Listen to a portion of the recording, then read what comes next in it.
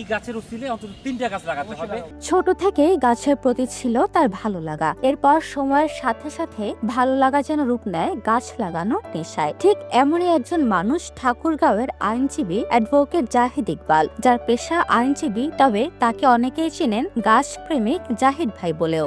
আমি মূলত ছোটবেলা থেকে স্কুল লাইফ থেকেই গাছের প্রতি ভালোবাসা, সেই থেকে গাছ লাগানো, পরবর্তীতে উপহার হিসেবে গাছের চারাকে বেছে নেওয়া, ছোটবেলা থেকেই এই কাজগুলো করে আসছি আমি। শুধু গাছ লাগানোর মাঝে থাকলে হবে না, এইটা একটা সামাজিক আন্দোলন তৈরি করতে হবে। প্রায় 16 বছর ধরে ঠাকুরগাঁওয়ে আইনজীবী পেশায় জড়িত আছেন অ্যাডভোকেট জাহিদ ইকবাল। পড়াশোনার শেষে পেশা হিসেবে আইনজীবী বেছে নিলেও নেশা তার পিছু ছাড়েনি। চাকরি জীবনে যেখানেই উন্মুক্ত ও অনাবাদে স্থান পেয়েছেন সেখানেই লাগিয়ে যাচ্ছেন বিভিন্ন গাছ। শুধু যে গাছ লাগাচ্ছেন তাই নয়, এর পাশাপাশি উপহার হিসেবে মানুষদের দিয়ে যাচ্ছেন গাছের চারা। গাছ মানুষ এবং প্রকৃতির অকৃত্রিম বন্ধু। গাছের অস্তিত্ব মানেই প্রাণের অস্তিত্ব। গাছ আমাদের ফুল দেয়, ফল দেয়, কাঠ দেয়, অন্যান্য আরো কিছু সাথে দেয় ফ্রি অক্সিজেন, যেটা আমরা করোনার সময় টাকা দিয়ে কিনেছিলাম। আর মানুষের জীবন ধারণের প্রধান উপাদান হচ্ছে অক্সিজেন। নিজের কর্মস্থল থেকে শুরু করে পথে প্রান্তে বিভিন্ন অনুষ্ঠানে, বিয়ে বাড়িতে, সব জায়গায় উপহার হিসেবে একটি করে গাছের চারা উপহার দিচ্ছেন। শুধু যে গাছ লাগিয়ে থেমে যাচ্ছেন তাই নয়, পরবর্তীতে পরিচর্যাও করছেন এই আইনজীবী। সেই সাথে যাদের গাছের চারা উপহার দিচ্ছেন তাদের দিচ্ছেন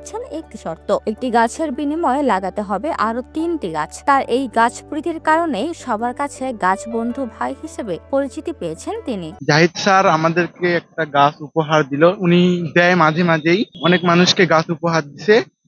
ঠাকুরগাঁও কোর্টে যে গাছগুলা লাগাইছে এগুলা উনি অনেক যত্ন করে, তাই আমাকেও একটা গাছ দিল।